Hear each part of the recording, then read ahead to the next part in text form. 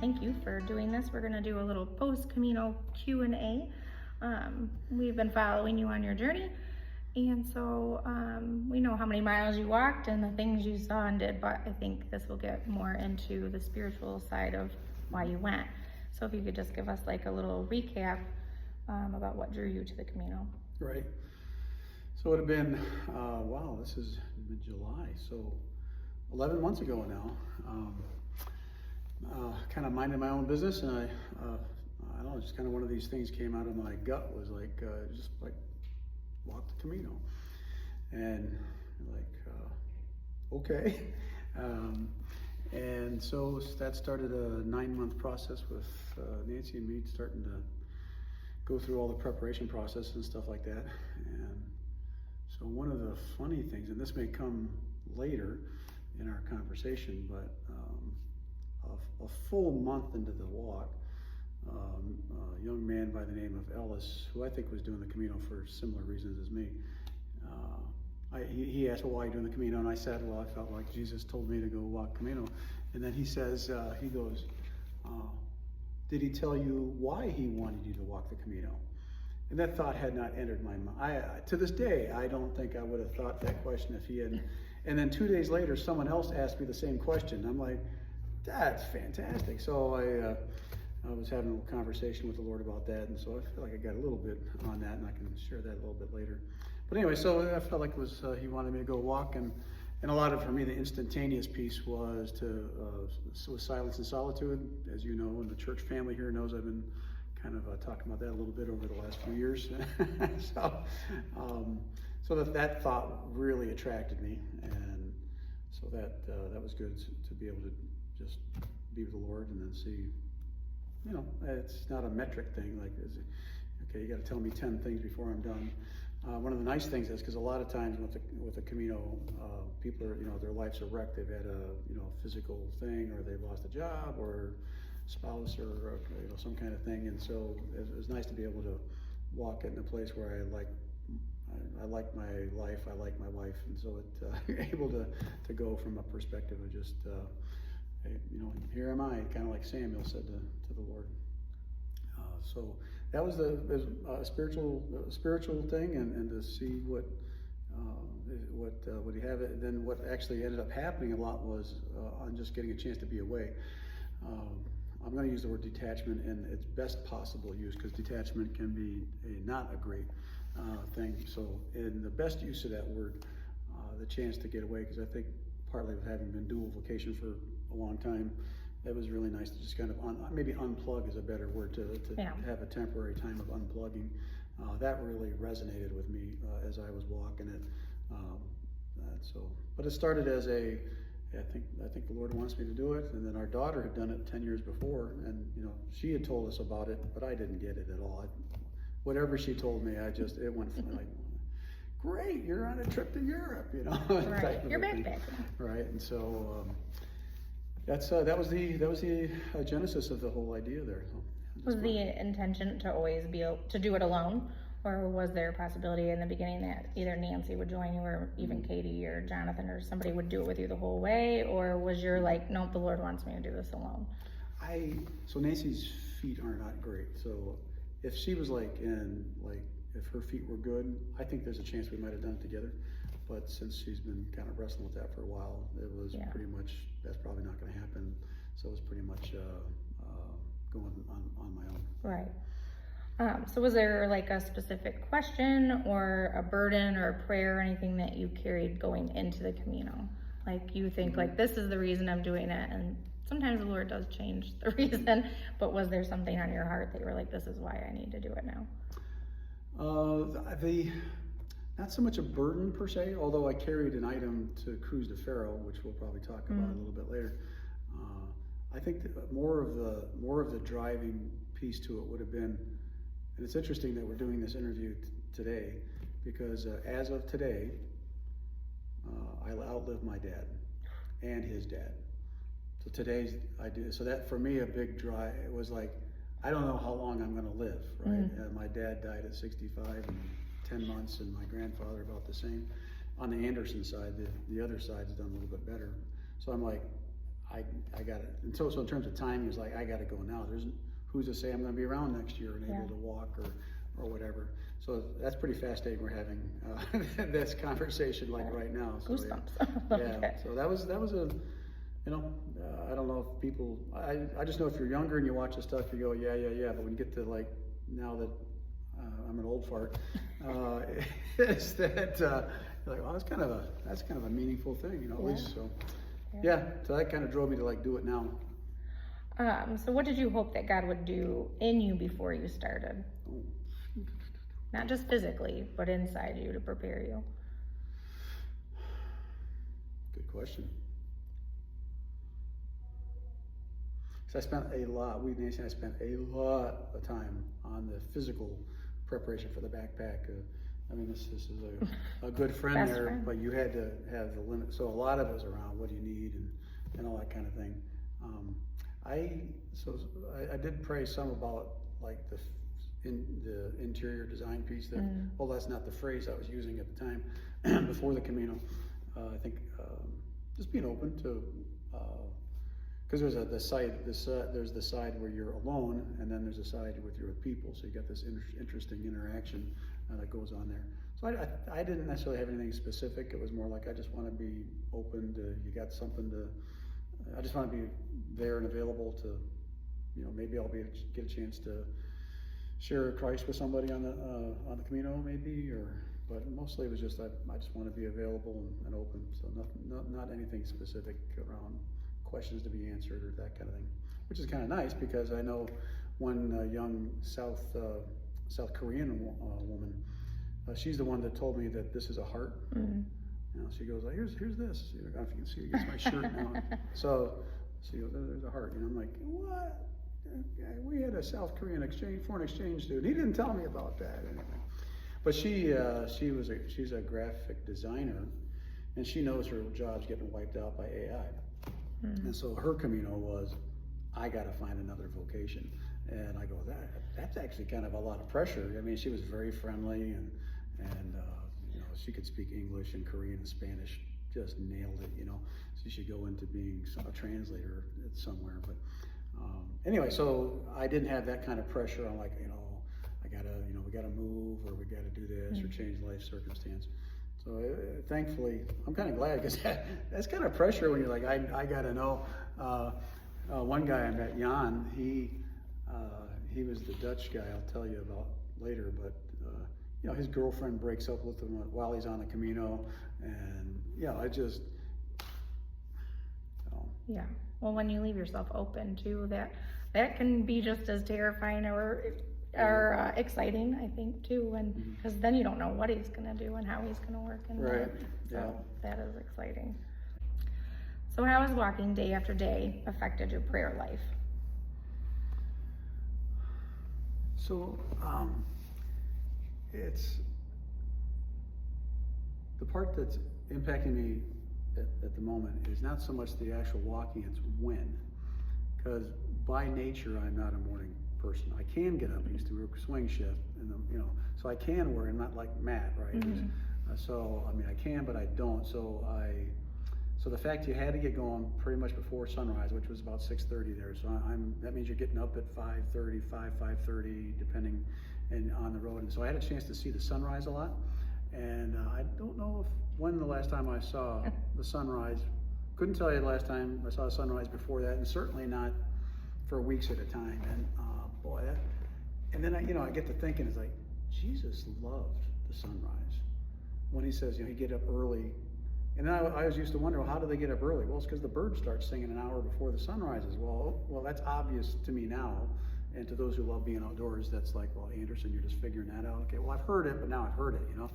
And so so more around the when, and getting up earlier, and you hear some of those songs, like, you know, I awaken the dawn. You know, I used to read those going, yeah, I don't think so, right? And so getting up early, you know, seeing that long shadow, because we're walking west, seeing that long shadow was pretty cool, and just enjoying that, and really, I feel like a certain, I don't know if this is the right way to phrase it, but a certain connection even with Jesus is that he loved to spend time with his Father. He loved to do it alone. He loved to do it early. And I go, that was his underlying practice for his ministry. I mean, he's known for all the, everything that he was and did, publicly, but underneath that was, I'm gonna go spend time with my Father. And so the time, so I'm talking with Nancy here now that the World Cup is over. Should be able, so I'm actually trying to get to bed early, which for Nancy and me is okay. It's kind of earth shaking, kind of. So that so if you go to bed earlier, then you got a better shot at getting up earlier and maybe even taking a walk around sunrise. Okay, this is crazy stuff for this Anderson anyway. And so, but then when you're out there, there's a kind of a communion piece to it that, I mean, you can have, like, we got a prayer room. I love kneeling, and so it's not like it's not there, but Jesus loved to walk. He's built us, designed us to walk. So I think maybe the enjoyment of the morning piece to it, and just being available to listen, which is what I'm growing in personally over these years. But I don't know. So that's at least some of the answer to that. But the when piece really shifted. But to do it every day, that was pretty cool. Is that it just I want to walk where before. This is the couch to the Camino, right? So, right. And so maybe we'll just stay on it. Yeah.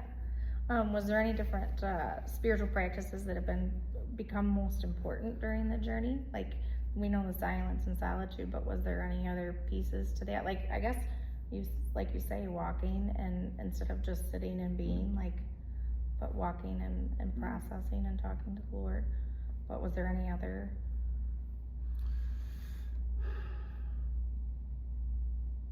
I'm not quite sure if, like, hospitality is a spiritual discipline, just off the cuff. I'm not sure if I know hospitality is a thing, but hospitality is a huge deal on it. So you're helping other people, they're helping you. There were several times key help for me that I needed to receive, and I think I had a chance to give it a few times along the way. And so I think as a good reminder of, you know what? Here's one. It would be, so I don't have to be like discipline per se, but it would be encouraging and helping people on. So a couple times I got off track. A few times it was no big deal. It was 100 yards, but you would have the locals along there, and so all these locals have grown up seeing pilgrims go by every day their entire life. And then when you get off path, somebody will usually say, they'll start waving their arms, you got to go over here, whatever. And so that whole idea of just coming along somebody who's maybe, not where they need to be, to encourage them, okay, the path is back over here. And there was one day in particular, this guy, I mentioned in the vlog, this guy might have been an angel for all I know. I mean, I assure you, did not look like an angel, which makes me think he might have been an angel. And I mean, he just came out of nowhere, flagged me down. If he hadn't done that, that day would have been way harder, but by him redirecting me, I probably ended up having to put an extra 1 or 2 kilometers on with that little escapade.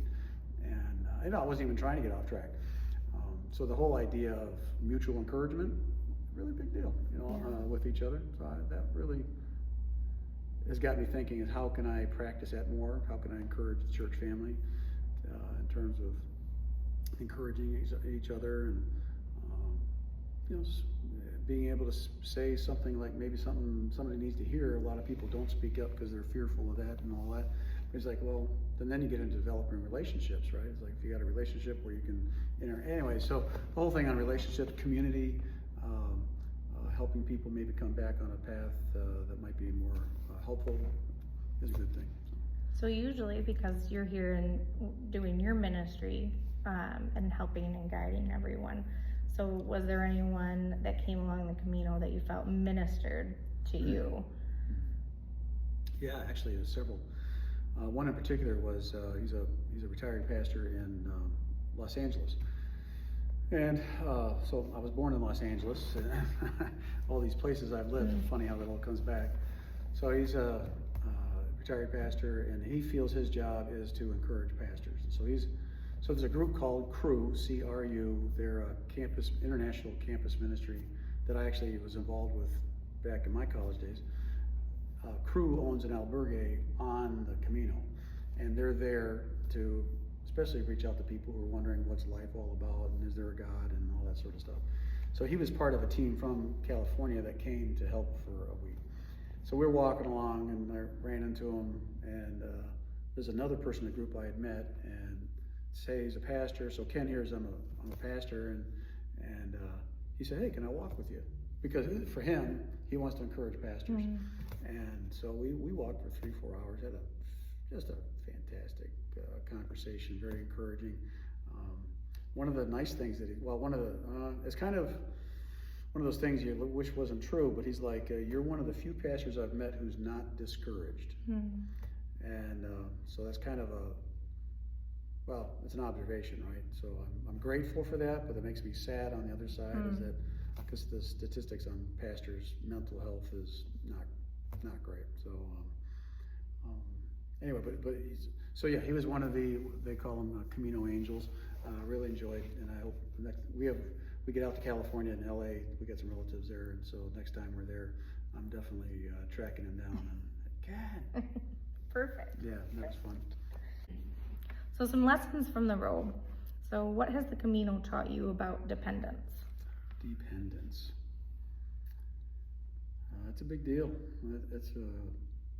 And you don't necessarily think about it until you really need it, which fascinates me about how the Lord does stuff. Like he could provide you with stuff before you need it, but then we wouldn't get it. He is apparently very happy with us feeling like I need, and that can be a short period of time. And then when he provides, I go, thank you, I get it, kind of a thing. And so that happened a lot. This might have been the first time. So day 2, so went up. I took the sissy part there, so you can go 27 kilometers over the Pyrenees mountain range there, and a lot of people do that, but I'm like, no, flat land, southeast Michigan, no. So I went up about a third of the way, a famous place called Orison, so I had a real nice time there. Next day, we heard there might be some flurries. It's raining at the time. It starts snowing. It starts getting thicker and thicker.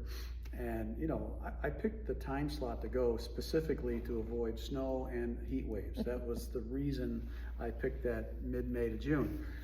Got both, right, within a matter of a few days. But as things were starting to thicken, the one thing, looking back, that I maybe would bring in a spring or fall context, I would bring, a light pair of gloves. So my hands were super cold, and I should have just simply got my phone out and checked my app map, which was really good actually. But they were too cold, whatever. These 2 European guys come along who don't speak English, and you're trying to determine, there was a signpost that looked like it could go either way. And the nice thing with the snow is once the snow comes down, you have tracks. So this is before the tracks were there, and you weren't really sure. Anyway, so they came along at the perfect time. They showed up, and I'm kind of going, I hope they're right. I'm not 100% sure, but I followed them, and then you saw some other pilgrims up, and then you finally kind of, at least see somebody off in the distance where you're like, oh, okay, I'm probably on the right track. So that was the first time I think where the dependence piece, because it was right about there. There was one time where I'm like, not turn around from the trip, but turn around for the day. At my understanding at the moment was I didn't really have that hour. I'd have to walk all the way back to St. John to the very beginning. And I'm just like, I can't go back. So that you're right there. It's about a half an hour. And then in the movie, I think you guys watched it, was The Way with Martin Sheen. That whole plot starts with a guy, the son, dying on the Camino in a storm, right? And I'm just like, I do not want to be Martin Sheen's son's character, here. So it didn't get petrifying, but it got concerning in there. And that's when those guys showed up right there. And so there's a phrase out there called the Camino provides. I don't like the phrase. I wish they would just say the Lord provides, but it's the Camino provides. So that was probably the first instance where it's like, because I wasn't sure which way to go. So that was very, very cool. And that happened a number of other times where people came in, a need that I had. you know, sometimes you don't, well, it's like you know you need it, but it's not like, doesn't hit you yet how serious it is. And so I had another couple instances where you're like, one with a backpack, my friend, I should put in, I never gave the backpack a name. I should have done that. Yeah, so one time the backpack got left behind at this albergue, and you're like, oh man, you know. So, but the guy that was running this particular hostel, he volunteered to go up and get it, you know, the same day, and that was super kind. So, those are some of the, you know, even dependency on where's an open cafe when you need it, or where is the next yellow marker that is, you know, that's the way I got to go. And so that, and then another dependency was, I mean, especially after that day in the Pyrenees, there's an app called Camino Maps, and I mean, I watched that. You know, I had it fairly regular out just to make sure I was on. So so dependence for direction, dependence for needs, sometimes physical needs, and then of course if somebody was, I didn't necessarily have like when you watch these movies, could be somebody's having a mental breakdown or something like that. I didn't have something like that. I don't even think I saw anybody like that. But you know, if you needed to talk with someone, they were available too. So. Yeah. What do you think it's taught you about like your simplicity and your possessions? Because everything that you could bring had to fit in there. Yeah. I thought there'd be the potential I'd come back a minimalist. You know, like our daughter Katie, she's not crazy minimalist, but she's minimalistic and generally. I don't know how she got that from her parents. You know. So it makes you appreciate it though, and there are some. I wasn't sure. Like if I come back, it's like okay, I'll have this huge urge to get rid of stuff. I'll probably get rid of some stuff. How much I don't know. Yeah. But it's actually pretty cool because there's a saying that you know what you own possesses you. Kind of, so that whole who owns who with your possessions, my possessions, and so but it's kind of cool to be able to have all your stuff on it because you can. It makes it easy to, you know, where's stuff, putting it together, getting ready for the next day. So there's actually kind of a comfort in less. I don't know if less is more. I don't know if that makes any sense, but anyway, less can be just good. I don't have to keep track of everything, and so like I went to kind of one of the areas where I simplified is I pretty much went mostly all cash in investment positions. So that way I wasn't looking at, hey, do I want to invest here or do a trade here or something like that. So for me, that was kind of one of the main simple things for me is just don't think about the money for a couple months, and let's just not do that and focus on what this whole Camino is about. What surprised you most about yourself? I think it was in the area of, well, on the positive side, instead of going right to the negative side. I know it's not that it's negative. On the positive side, you're like, dude, I did this. I mean, that and it hurt. Okay, it wasn't like, because hey, no matter what age or condition you are, then it's great. There was a 70-year-old French guy who'd done 17 Caminos. This guy would do 40 kilometers a day. That included a mountain, and he's just like this mountain goat, right? So if one is like that fit, I think it still even is an accomplishment. But when you go from couch to Camino, and I've done some hiking back in the day and stuff like that, but you know, when I came into Santiago, you're like, dude, that was. So that makes you think, well, if I can do that, I mean, I can do other things, but I mean, it's just a good reminder. It's like, we just might be able to do more than you think you're able to do, even through the pain, because at the end there, the back tweaked a couple days ahead of time, but the foot had been sore for over a week. And yeah, so that's on the good side. It's like, wow, that was an accomplishment right there.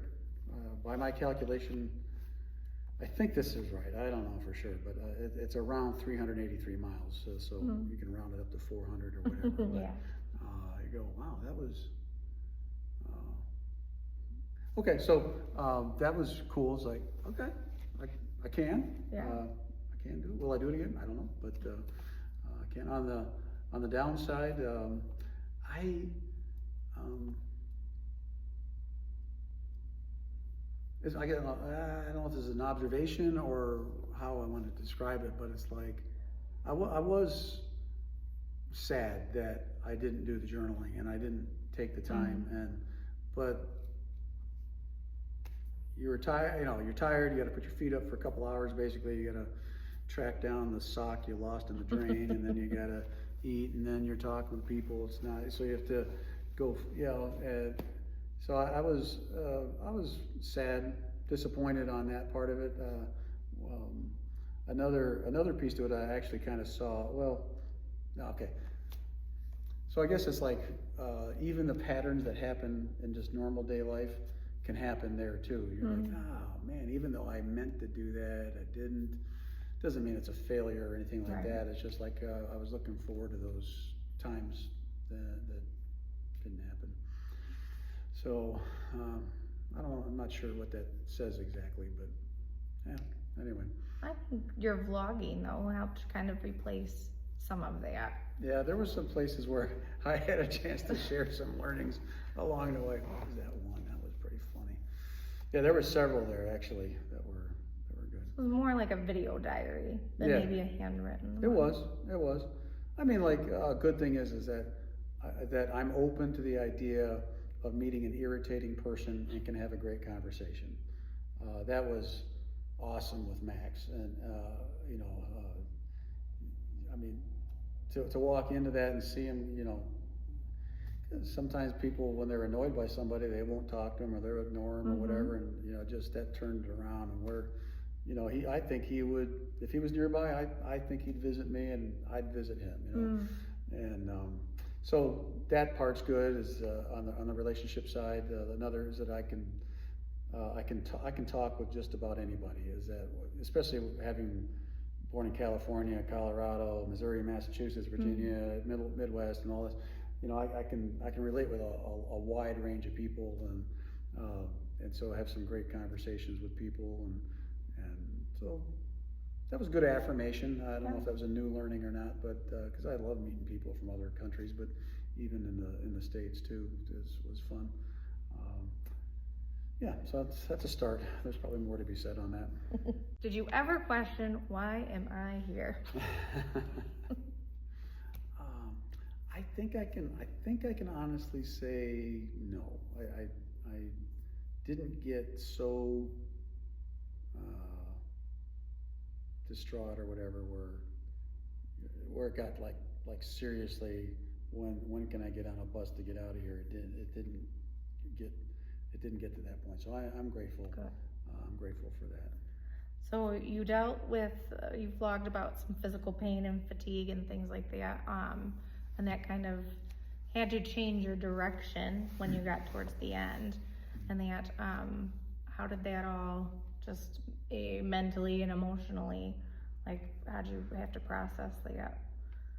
I think one of the things that it did was, I think it did prevent me from enjoying it as much towards the end, because it was fun to get into the Santiago Plaza there, the cathedral, but more it was like relief. It's like, now I don't have to walk for a while, so it diminished some of the exuberance side to it.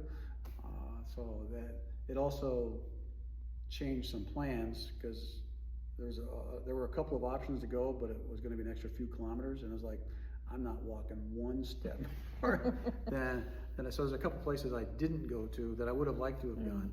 Like there was I think it's a Benedictine monastery. It's been around for 1,500 years that had an albergue as part of it, but it would have been an extra 3 to 5 kilometers, and I was like, I don't know if there'll be a next time. I can't say next time type of thing, but it shortened up a lot of things. Like I didn't go like sightseeing in towns and stuff like that, because that means you got to walk, and so that's a thing, right? So it kind of shortens up what you do, but that part's no, it's not the worst thing in the world, but because some people get out and they do some more touring in the town and stuff, and I'm like, what in the world Most of those people cabbed it, I think. Right. Were there any times like walking or even in the albergues or anything like that? Because we can be with people and still feel alone. Right. Were there any moments like where you were lonely or missing family here? That's interesting. I don't, except for one instance where this guy that was not a good thing. But I wasn't lonely, I was just angry at what this guy was doing in the middle of the night. Actually, I texted a bunch of people and said, please pray for this guy, like right now, he needs prayer. And it was affecting me, but that wasn't really lonely, that was another thing. I think, at least for me, with regard to the loneliness factor, I don't know if it's just like, it's gonna be, 7 weeks, and I don't know if I just get into this mindset of going it. It was fun, like, there were some couples that would do the Camino together. And one even, which might apply for us potentially, is one couple from Indiana. She got hurt or sick early on, and he kept walking. Okay, I'm not sure. Okay, but what he would walk, she'd take a taxi or a bus and then they would just do this, and she'd make all the arrangements for the next trip. And they were doing this kind of way, and I'm like, man, maybe that's something Nancy and I could do sometime. Is she could go up to the next village or wherever we're going to go, and I walk it. So that was an interesting piece. So that didn't quite make me lonely per se, but you're like, maybe that's something where Nancy could participate. But even then, you're like let's even if Nancy or another family member came and did the whole thing, I still think it'd be like, I want to do part of it alone. That's the way that I wanted to do it. So in one sense, being able to do it alone. And I actually talked with some people about this, and a couple of us were saying, like, I like doing it alone, but if I were doing this again, I think I'd like to bring somebody, family, Nancy or somebody with me. And you're like, but lonely, that for whatever reason, that wasn't a big hurdle for me. Good. I don't know what that says about me, but means that you were prepared, I think, for it, and that's what you're going for, is that silence and solitude, and the solitude portion. So you're prepared for that too. Right. And you're coming back. Right? That's the thing. Nancy was very concerned about that, and she would pray, praying, Lord, bring Tim back. I'm like, that. No, don't stop there. I'm coming back one way or another, in a box or otherwise. I don't pray. Yeah. He comes back transformed, alive, had a better experience. There's a full. Yeah. You got to be specific in that prayer. Not just come back, okay? What kind of conversations with pilgrims from all the different cultures? Because it's not just Americans going over there. Right. You experienced a lot of different people. The stats are like 50% of the people that do it are Spanish, and I almost feel like it was a lot less than that. There was a lot of English speakers, Australian, US, British, but then even you might get, English was very common. It wasn't until later that there was an albergue which just pretty much Spanish only. Anyway, some pretty cool people. One of my favorite people, I don't know if it's good to mention her name on there online or not, but her name is Doris, and she lives in Northern Virginia, where I kind of grew up from 4th grade on, and not far from where my parents are buried. And she was a hoot, 74 years old. She was faster than me, so I'm hoping to catch her. But her joy was just, she and Nancy would get along great. Just the effusive joy type of thing. And I ran into her at multiple times and really enjoyed our company and conversations there. So I'm looking forward to, she was just, share the joy. It was kind of like with her. And that was one.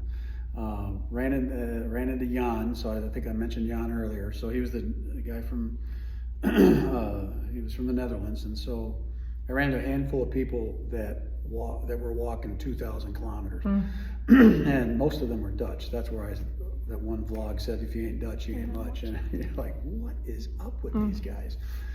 And so I'm walking along, and so he's the one that his girlfriend broke up with him on the route and stuff like that. But I'm talking with him, and like, so I'm on like day, I don't know, 20, and I'm asking, hey Jan, what day you on? He goes, he's thinking about it. Day 76, and he's got another 20 to go or something like that. And you're like, no hiking poles, just doing it. You're like, dude. So you ran into some people, just their endurance was just a good thing. And that ties in with Kathy. And if Kathy is ever watching this, hi to Kathy. So Kathy's from Germany, German American actually, but in Germany. Great help. She'd done 10 Caminos prior to this, but she had lung cancer, and I think half a lung had been removed. And you just think of the physical challenge for her. And I got some pictures of her climbing up a mountain, and you're just like, what am I? If I have any problems, I don't know how. So there was some of the endurance on some of these folks was even some younger people. Probably in their 20s, their feet were killing them or something like that, but they wanted to press on, and so the whole thing on endurance and perseverance was pretty impressive, and a good reminder for me when you run into stuff is like, just keep on going.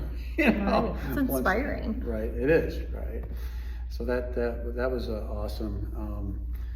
I ran into a man, Chinese man from Germany, and we just had a great conversation. So some conversations are just, to me, excellent, with actually covering some meaningful life, death issues and that kind of thing. It was awesome.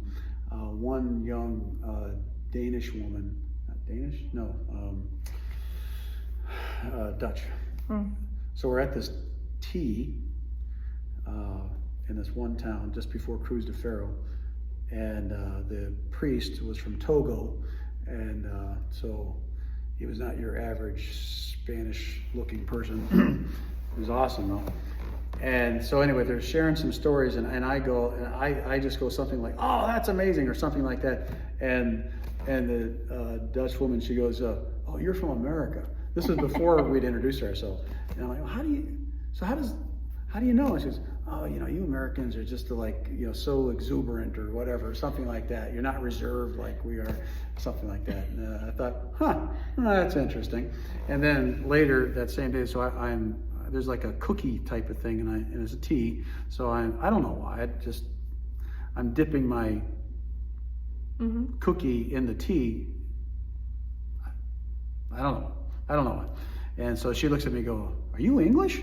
And I'm like, "Do English dip their tea?" So it goes on like that. Well, it's interesting because I'm actually half English, as it turns out. And I'm like, what in the world? So there's some interesting observations to there. Americans were generally well received, so I didn't run to anything. I stayed away from some topics, but the American thing wasn't a big deal or anything like that. There was another one or two things learning from other folks. One of them was a great line, is "Be where your feet are." I love that line. Be where your feet are, which for me, I haven't been good at that over the years. I'm always thinking about this and that and whatever. Just slow down, hear the crunch of the gravel, be where your feet are. So I really like that, being more present in relationships or just even with the Lord. That kind of thing was good. I feel like there's one or two things I wanted to say to that, but that's a good question. What do we learn from other pilgrims there? Anyway, maybe we'll come back to it. So what was a moment that you just felt overwhelmed with gratitude? There was a lot, because I'm sitting there going, as I mentioned before, I'm on my dad's age, and I'm able to do this, so I often was very grateful for that. Sunrises do a thing for gratitude too. But a big gratitude was Cruz de Ferro. Cruz de Ferro is so there's multiple routes to Santiago through Portugal, southern Spain. So there's a bunch of different routes. It goes into France, but the most popular one is the Francais, and on that route, it's the third mountain range, and roughly 2/3 of the way through is Cruz de Ferro. What it is it's right near the high point of the entire trip on that route, and so it's a think utility pole, so 30 feet high, and then on top of that is not an altogether impressive iron cross. It's kind of like, it should look more impressive, but it's kind of a plainish cross on top of that. But at the bottom of it, you got this mound. I mean, mound by, I'm talking 15 feet high, something like that, of rocks that's just shed around. And so what it's done for the last 1,000 years, pilgrims have taken this place and they will typically carry a rock from home, typically. So if you're going to take this route, this is a thing. Okay, you take a rock from home, and the rock represents a burden, a care, a pain, and you carry it with you for 3 or 4 weeks. And then when you get there, you have the opportunity to put the rock amongst the other rocks that have been there for, some of them, centuries. So I brought not a rock, but something, an object that meant something, referenced a painful time in my life not too long ago. And so I brought that, and so I'm at the Cruise de Ferro. There's a number of other people, some who are just tourists, and they're laughing and yucking it up, and that was irritating to me. I'm like, this is a place for you to like meet the Lord, and you're so close yet so far. Anyway, eventually I got up there, and so put that down. And in a lot of ways, the most meaningful thing is I actually, in terms of like feeling, the kind of the weight of that event happened as I was walking away. I found that interesting because I wanted to I could have stayed for 2 hours, but then that meant I was going to walk 2 hours later in the heat. And so anyway, stayed for a while. But when I walked away, it was like, wow, that was really, in terms of feeling, you're like, man, I don't know, that was very meaningful, very meaningful. And so when I think now, it doesn't happen very often, but every once in a while I think about this particular event and the people involved, and I just go, it's in Spain. It's in Spain. And so, so that was very meaningful. Obviously, the starting point is very meaningful. It was on Ascension Day, going up in the mountain. I thought that was pretty cool. Getting to the end was on June 21st, the longest day of the year, I think, within a day of the longest day of the year. Because Nancy and I were Nancy and I were married on the shortest day of the year. I was born, Nancy and I were both born on the equinox dates, and so maybe that fleshes out the lunar rotation, solar rotation that we got going. But so those were significant events along the way. That was an interior design question. It was, yeah. So is there anything that the Lord asked you to surrender or embrace?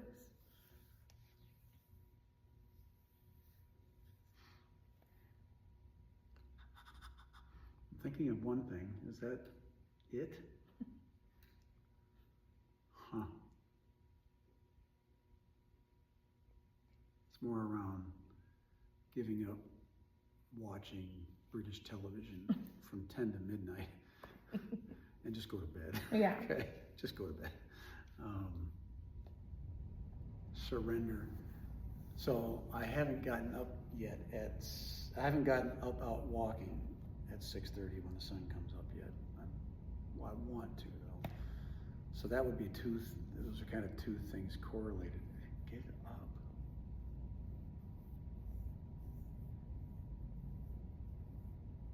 Seems like there should be something.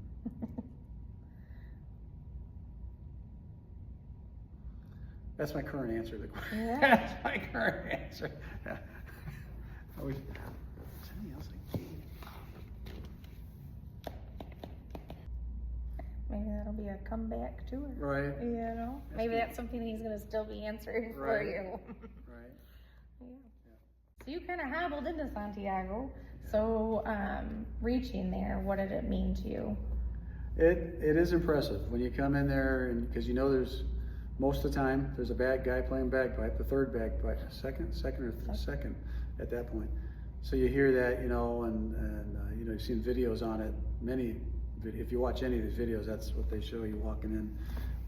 But you come around the corner, and you got to walk around to see the facade of the cathedral there, and you're like, wow, it is like you know, a sense of accomplishment. You're like, wow, I did it, you know, or this isn't, you know, you see this building, you're like, what? I mean, it is ornate, it's incredible. And then to see, I can see why, you know, people would want to go and travel in groups, because that's a great place for group pictures. And so Katie and Eric and I came back later, twice actually, to get some kind of group pictures with the three of us. But you know, there's an exhilaration to it. I would have been more exhilarated if I could have. Okay, because you know you need to get your, it's called a Compostela, the Latin thing saying you did it. You don't know where it's at. It's not. It wasn't a big sign saying over here. And so I walk over here. I could barely sit down. I could barely get back up because of the back.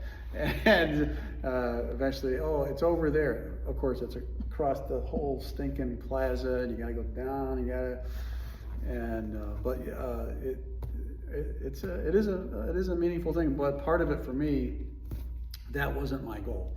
I had I took it off. That's too bad. I had a little thing, what do you call it? A little hanging badge thing or something. It said Finisterre or bust. My whole thing was I wanted to get to Finisterre. I'll get to Santiago, and that's cool, but I wanted to get to Finisterre.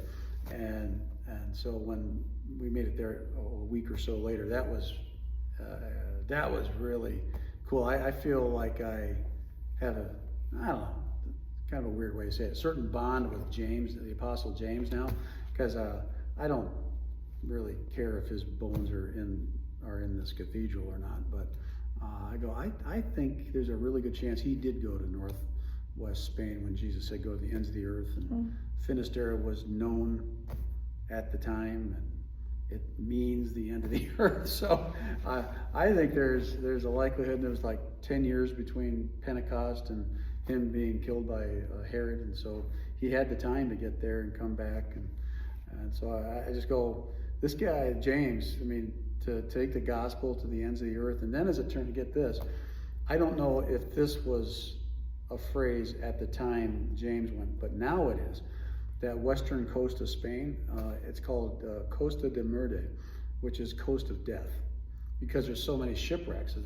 It's just a really terrible place you can have a great place for a shipwreck. So it's called Costa de Muerte, and I go, isn't it? It just makes it more fascinating and I don't know, just cool that James goes to the coast of death to bring life, you know, all of that, and so that was what was in my mind the whole time, kind of, at least because it's Santiago. The Camino to Santiago is the way of St. James, and so I feel like I kind of had a chance to live that to some degree anyway. This is what James did, spread the gospel. The son of thunder, right? He says, I'm going.